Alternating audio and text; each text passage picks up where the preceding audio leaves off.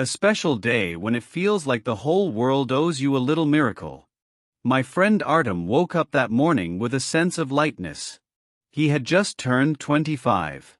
And he decided to celebrate this day in the heart of New York, in Manhattan. Cityscape at dusk, the city greeted him with the noise of traffic, the sparkle of billboards, and the endless flow of people. He walked through Times Square, laughing, snapping selfies, stepping into coffee shops where the smell of fresh coffee mixed with the scent of rain on the asphalt. He felt this was his day. But then, something extraordinary happened. Metro Artem stepped into the subway. Just to get to Central Park. He chose a random train, sat by the window, and drifted into his thoughts, watching the dark tunnels pass by one after another.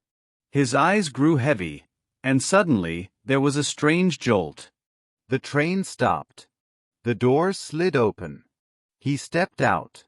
And he didn't recognize the place. Above him rose tall red gates covered in characters he couldn't read. The streets glowed with neon signs, but not the kind you'd find in America. These lights were different. Around him, people spoke a language he only knew from anime and films. Artem was standing in the middle of Tokyo. Cherry blossom at first, he thought it was a dream. But when a smiling woman handed him a warm cup of green tea from a tiny tea shop, he realized this was real.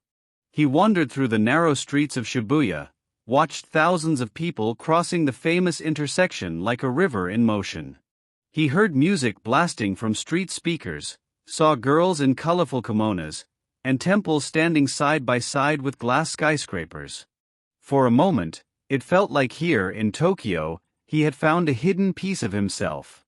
Party popper on his phone, a message popped up from his friends back in New York. "Where are you? We're waiting to celebrate." He smiled and typed back. "I am celebrating. Just not where I thought I'd be." And in that instant, Artem understood. A real birthday isn't about a restaurant, or a cake, or gifts. It's about discovering something new, new places, new feelings, new stories. And maybe, just maybe, life itself had given him this extraordinary gift. Sparkles, he closed his eyes, breathed in the scent of Tokyo's night air, and whispered to himself, "This is the best birthday of my life." And when he finally stepped onto the subway again, ready to return, he knew that even if he woke up tomorrow back in Manhattan, a part of his heart would always remain in Tokyo.